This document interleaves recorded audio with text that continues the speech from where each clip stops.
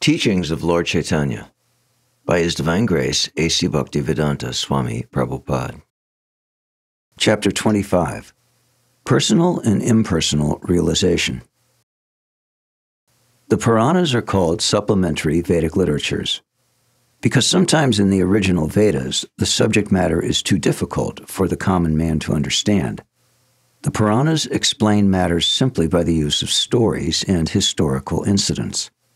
In Srimad Bhagavatam, it is stated that Maharaj Nanda and the cowherd men and inhabitants of Vrindavan are very fortunate because the Supreme Brahman, the personality of Godhead, full of bliss, engages in his eternal pastimes as their friend. According to Svetashvatara Upanishad, the Apani Pado Javana Grahita mantra confirms that although Brahman has no material hands and legs, he nonetheless walks in a very stately way and accepts everything that is offered to him. This suggests that he has transcendental limbs and is therefore not impersonal. One who does not understand the Vedic principles simply stresses the impersonal material features of the Supreme Absolute Truth and thus incorrectly calls the Absolute Truth impersonal. The impersonalist Mayavadi philosophers want to establish the Absolute Truth as impersonal, but this is in contradiction to Vedic literature. Although Vedic literatures confirm the fact that the Supreme Absolute Truth has multiple energies, the Mayavadi impersonalists still try to establish that the Absolute Truth has no energy. The fact remains, however, that the Absolute Truth is full of energy and is a person as well. It is not possible to establish him as impersonal. According to the Vishnu Purana, the living entities are considered Kshetragya energy. Although the living entity is part and parcel of the Supreme Lord and is fully cognizant, he nonetheless becomes entrapped by material contamination and suffers all the miseries of material life.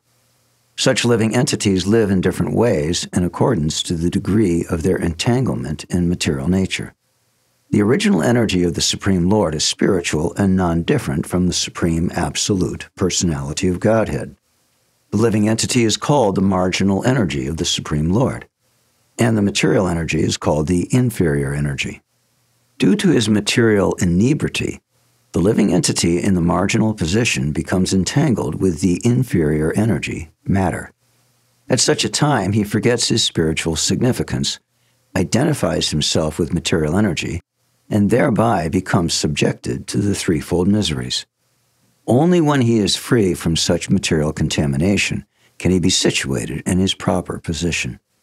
According to Vedic instructions, one should understand the constitutional position of the living entity, the position of the Lord, and the position of material energy in their interrelation. First of all, one should try to understand the constitutional position of the Supreme Lord, the personality of Godhead. That Supreme Lord has an eternal, cognizant, blissful body, and his spiritual energy is distributed as eternity, knowledge, and bliss. In his blissful identity can be found his pleasure potency, and in his eternal identity he can be seen as the cause of everything. In his cognizant identity, he is the supreme knowledge. Indeed, the word Krishna indicates that supreme knowledge. In other words, the Supreme Personality, Krishna, is the reservoir of all knowledge, pleasure, and eternity. The supreme knowledge of Krishna is exhibited in three different energies: internal, marginal, and external. By virtue of his internal energy, he exists in himself with his spiritual paraphernalia. By means of his marginal energy, he exhibits himself as the living entities. And by means of his external energy, he exhibits himself as material energy. Behind each and every energetic exhibition, there is the background of eternity, pleasure, potency, and full cognizance. The conditioned soul is the marginal potency overpowered by the external potency. However, when the marginal potency comes under the jurisdiction of the spiritual potency, it becomes eligible for love of Godhead. The Supreme Lord enjoys 6 kinds of opulences, and no one can establish that he is formless or that he is without energy. If someone claims so, his contention is completely opposed to the Vedic instructions. Actually, the Supreme Personality of Godhead is the master of all energies. It is only the living entity who is an infinitesimal part and parcel of him, who is overpowered by the material energy. In the Mundaka Upanishad, it is stated that there are two birds sitting on the same tree, and one of these birds is eating the fruit of this tree, while the other bird is simply witnessing his activities. Only when the bird eating the fruit looks at the other bird does he become free from all anxieties. This is the position of the infinitesimal living entity. As long as he is forgetful of the Supreme Personality of Godhead, who witnesses all his activities, he is subjected to the threefold miseries. But when he looks to the Supreme Lord and becomes the Supreme Lord's devotee, he becomes free from all anxieties and material miseries. The living entity is eternally subordinate to the Supreme Lord. The Supreme Lord is always the master of all energies, whereas the living entity is always under the domination of the Lord's energies. Although qualitatively one with the Supreme Lord, the living entity has the tendency to lord it over material nature. However, being infinitesimal, he is actually controlled by material nature. Thus, the living entity is called the marginal potency of the Lord. Because the living entity tends to be controlled by material nature, he cannot, at any stage, become one with the Supreme Lord. If a living entity were equal to the Supreme Lord, there would be no possibility of his being controlled by material energy.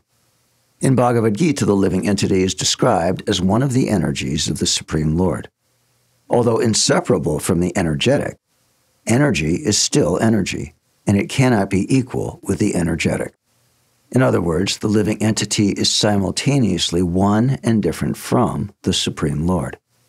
Bhagavad Gita clearly states that earth, water, fire, air, ether, mind, intelligence, and false ego are the 8 elementary energies of the Supreme Lord and are of inferior quality, whereas the living entity is of superior quality. The Vedic literatures confirm the fact that the transcendental form of the Supreme Lord is eternal, blissful, and full of knowledge. The form of the Supreme Lord, which is beyond the modes of material nature, is not like the forms of this material world. His form is fully spiritual and cannot be compared with any material form. According to Vedic literatures, one who does not accept the spiritual form of the Supreme Lord is an atheist. Because Lord Buddha did not accept these Vedic principles, the Vedic teachers consider him to be an atheist. Although Mayavadi philosophers pretend to accept the Vedic principles, they indirectly preach Buddhist philosophy or atheistic philosophy and do not accept the Supreme Personality of Godhead.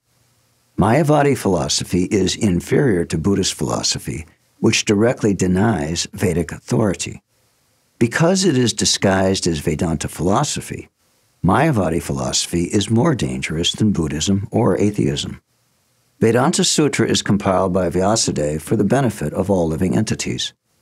It is through Vedanta Sutra that the philosophy of Bhakti Yoga can be understood. Unfortunately, the Mayavadi commentary, Sharirakbhasya, has practically defeated the purpose of Vedanta Sutra. In the Mayavadi commentary, the spiritual transcendental form of the Supreme Personality of Godhead has been denied, and the Supreme Brahman has been dragged down to the level of the individual Brahman, the living entity. Both the Supreme Brahman and the individual Brahman have been denied spiritual form and individuality, although it is clearly stated that the Supreme Lord is the one supreme living entity, and the other living entities are the many subordinate living entities. Thus, reading the Mayavadi commentaries on Vedanta Sutra is always dangerous. The chief danger is that through these commentaries, one may come to consider the living entity to be equal to the Supreme Lord. It is easy for a conditioned living entity to be falsely directed in this way, and once he is so directed, he can never come to his actual position or enjoy his eternal activity in Bhakti Yoga. In other words, the Mayavadi philosophy has rendered the greatest disservice to humanity by promoting the impersonal view of the Supreme Lord. Thus, Mayavadi philosophers deprive human society of the real message of Vedanta Sutra. From the very beginning of Vedanta Sutra, it is accepted that the cosmic manifestation is but an energetic display of the Supreme Lord. The very first aphorism, Janma Jasya, describes the Supreme Brahman as he from whom everything emanates. Everything is maintained by him, and everything is dissolved in him. Thus, the Absolute Truth is the cause of creation, maintenance, and dissolution. The cause of a piece of fruit is the tree. When a tree produces a piece of fruit, one cannot say that the tree is impersonal. The tree may produce hundreds and thousands of fruits, but it remains as it is. The fruit is produced, and it develops and stays for some time. Then it dwindles and vanishes. This does not mean that the tree also vanishes. Thus, from the very beginning, the Vedanta Sutra explains the doctrine of byproducts. These activities of production, maintenance, and dissolution are carried out by the inconceivable energy of the Supreme Lord. The cosmic manifestation is a transformation of the energy of the Supreme Lord, although the energy of the Supreme Lord and the Supreme Lord himself are non-different and inseparable. A touchstone may produce great quantities of gold in contact with iron, but still the touchstone remains as it is. Despite his producing huge material cosmic manifestations, the Supreme Lord is always in his transcendental form. Mayavadi philosophy has the audacity to reject the purpose of Vyasadeva, as explained in the Vedanta Sutra, and to attempt to establish a doctrine of transformation which is totally imaginary. According to the Mayavadi philosophy, the cosmic manifestation is but the transformation of the Absolute Truth, and the Absolute Truth has no separate existence outside the cosmic manifestation. This is not the message of Vedanta Sutra.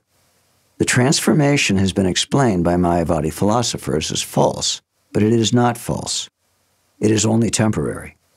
The Mayavadi philosophers maintain that the Absolute Truth is the only truth and that this material manifestation, known as the world, is false. Actually, this is not the case. The material contamination is not exactly false. Because it is relative truth, it is temporary. There is a difference between something that is temporary and something that is false.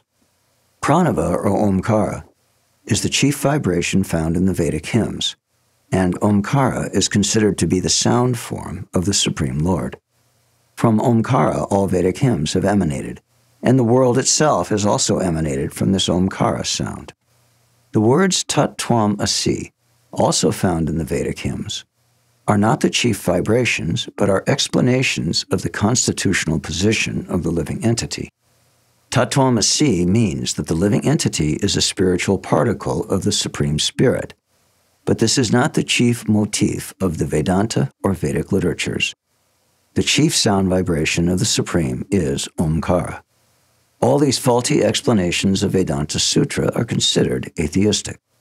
Because the Mayavadi philosophers do not accept the eternal transcendental form of the Supreme Lord, they are unable to engage in real devotional service. Thus, the Mayavadi philosopher is forever bereft of Krishna consciousness and Krishna's devotional service. The pure devotee of the personality of Godhead never accepts the Mayavadi philosophy as an actual path to transcendental realization. The Mayavadi philosophers hover in the moral and immoral material atmosphere of the cosmic world, and consequently are always engaged in rejecting and accepting material enjoyment.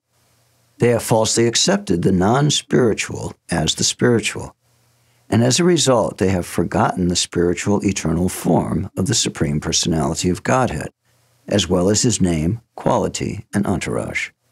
They consider the transcendental pastimes, name, form, and qualities of the Supreme to be products of material nature. Because of their acceptance and rejection of material pleasure and misery, the Mayavadi philosophers are eternally subjected to material misery.